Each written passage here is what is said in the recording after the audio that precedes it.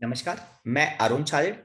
आज हम एक जीएसटी नोटिस के पॉइंट का डिस्कशन करते हैं। पॉइंट है कि आपने आईटीसी लिया है डेप्रिसिएशन के ऊपर and ITC on the depreciation is block under section 17। What they like to say it is not at all clear. तो कहना क्या चाहते हैं, आईटीसी इनवर्ड सप्लाई के ऊपर मिलता है और डेप्रिसिएशन एक खाली एक्सपेंडिचर है जो मैं इनकम टैक्स रेट या कंपनीज एक्ट की रेट के अकॉर्डिंग असेट के ऊपर चार्ज करता हूं। So does they mean they like to say ITC on the capital goods is blocked? Therefore I have shared this point and जो भी मेरे व्यू है मैं व्यू आपके साथ शेयर करूंगा। So we will touch upon ITC on the capital goods provision. What is the cross reference of section 17? Depreciation के regard में क्या कहीं पे बात लिखी गई हुई जीएसटी में? Answer is yes. 16 में एक जगह रेफरेंस है, उसका भी हम बात करेंगे और इस टाइप के पॉइंट को हम कैसे हैंडल करें, कैसे रिप्लाई करें। Before that, we all know educating is running GST membership plan, platinum, gold and silver, having the various benefit like GST जो basic to advance GST course है उसकी रिकॉर्डिंग आपकी वैलिडिटी पीरियड के अंदर unlimited time आप देख सकते हैं। Reply to the GST notice है। उसके बाद में इमीडिएट आप क्वेरी अपनी पूछ सकते हैं व्हाट्सएप पर and at the early we will give the revert. बहुत कम टाइम हम लेते हैं इनको रिप्लाई करने में। मंथली वेबिनार होते हैं, रेगुलरली सीरीज चलती है on a particular topic for 3 days 4 days। Monthly newsletter judgement के ऊपर है, जीएसटी न्यूज़लेटर है, डेली प्रैक्टिकल प्रॉब्लम है, डेली अलर्ट है, काफी सारी पॉइंट्स हैं। अगर आप इंटरेस्टेड हैं तो आप हमारे मेंबरशिप प्लान को ज्वाइन कर सकते हैं, या तो आप हमारे educating.com की वेबसाइट को विजिट करके मेंबरशिप सेक्शन में जा सकते हैं, या आप इस नंबर पर कॉल कर सकते हैं। लिंक डिस्क्रिप्शन बॉक्स में दिया गया है वेबसाइट का। अब हम बात करते हैं सेक्शन 16। हम सभी जानते हैं कि आईटीसी लेने की जो कंडीशन है, eligibility and condition to take the ITC is being given in section 16। 1 normally कहता है कि अगर आप इन द कोर्स और फर्दरेंस ऑफ द बिजनेस के लिए अगर आप कोई भी आईटीसी यूज करते हैं, you would be entitled to take ITC. Second बात करता है, वो 5 कंडीशंस की बात करता है कि आईटीसी लेने के लिए वो 5 कंडीशन को फुलफिल करना है। सबसेक्शन 3 एकमात्र ऐसा सबसेक्शन है जो डेप्रिसिएशन के बारे में बात करता है। Where the registered person has claimed the depreciation on the tax component of cost of capital goods and plant and machinery under the provision of Income Tax Act.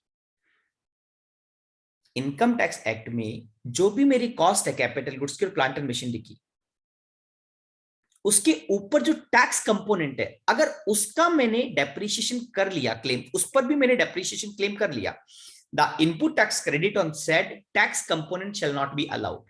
तो उस टैक्स का आप आईटीसी नहीं ले सकते। एक एग्जांपल के माध्यम से समझते हैं।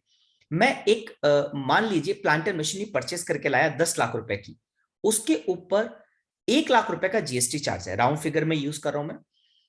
1 लाख रुपए का जीएसटी चार्ज है। तो क्वेश्चन ये आता है कि क्या मैं डेप्रिसिएशन 10 लाख पे क्लेम करूं या मैं डेप्रिसिएशन 11 पे क्लेम करूं, and at the same time उस 1 लाख के टैक्स कंपोनेंट का मैं आईटीसी ले सकता हूं क्या? तो यहां पे मैं कहता हूं कि 2 पार्ट में आप या 2 ऑप्शन समझ सकते हैं। ऑप्शन नंबर 1, या तो आप 11 का 11 lakh total 11 lakh you can capitalise, take the depreciation under income tax on entire 11. Entire 11 means including tax component of 1 lakh. अगर आप ऐसा करते हैं तो 16(3) कहता है कि जो 1 लाख है टैक्स कंपोनेंट, जिसके ऊपर भी आप डेप्रिसिएशन क्लेम कर रहे हो, उस कंपोनेंट का आप आईटीसी नहीं ले सकते। पिक्चर क्रिस्टल क्लियर है। They like to say you are not allowed to take double benefit. Now second option क्या है कि आप 10 लाख रुपए को कैपिटलाइज करके और 10 लाख के ऊपर डेप्रिसिएशन ले सकते हैं। अगर आपने 1 लाख को कैपिटलाइज नहीं किया और डेप्रिसिएशन क्लेम नहीं किया, you would be entitled to take ITC. If you refer the definition of input tax credit given in section 2 clause 62 and 63, then आप कोई भी टैक्स पे करो, चाहे वो गुड्स है या सर्विसेज के ऊपर IGST, CGST, SGST, UT GST, you would be entitled to take ITC. Now तो वाई दे, तो क्वेश्चन ये आता है कि उन्होंने फिर रेफरेंस क्यों दिया सेक्शन 17 का? I don't find any specific reason, but मुझे कहीं ना कहीं लगता है कि वो 17.5C और 17.5D के लिए कुछ कहना चाहते होंगे probably. So they like to say they like to say the work contract service which is with respect to construction of immovable property, you cannot take ITC at all. Similarly, अगर मैं कोई goods या service लेता हूं for construction of immovable property which is being capitalize, construction का meaning क्या है, जिसको मैं कैपिटलाइज करता हूं अपने बुक्स में, तो मैं उस पार्ट का आईटीसी नहीं ले सकता। ये तो पूरे खर्चे की बात हुई, लेकिन इसका कहीं भी डेप्रिशिएशन के साथ लिंक नहीं है।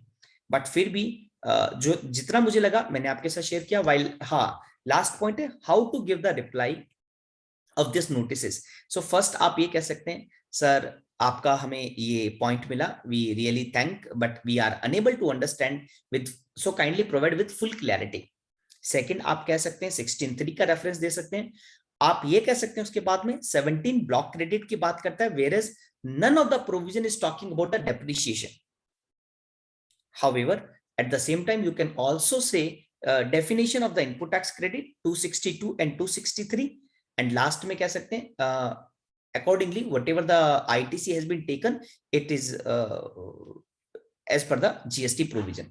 So thank you so much. अगर आप जीएसटी नोटिस से रिलेटेड कोई भी पॉइंट में क्लैरिटी चाहते हैं या आपका कोई फर्दर क्वेश्चन है तो you can connect with us, comment section में आप हमें बता सकते हैं।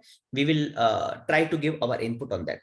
अगर आपको ये वीडियो अच्छा लगा तो kindly like and subscribe and give the comment. Thank you so much.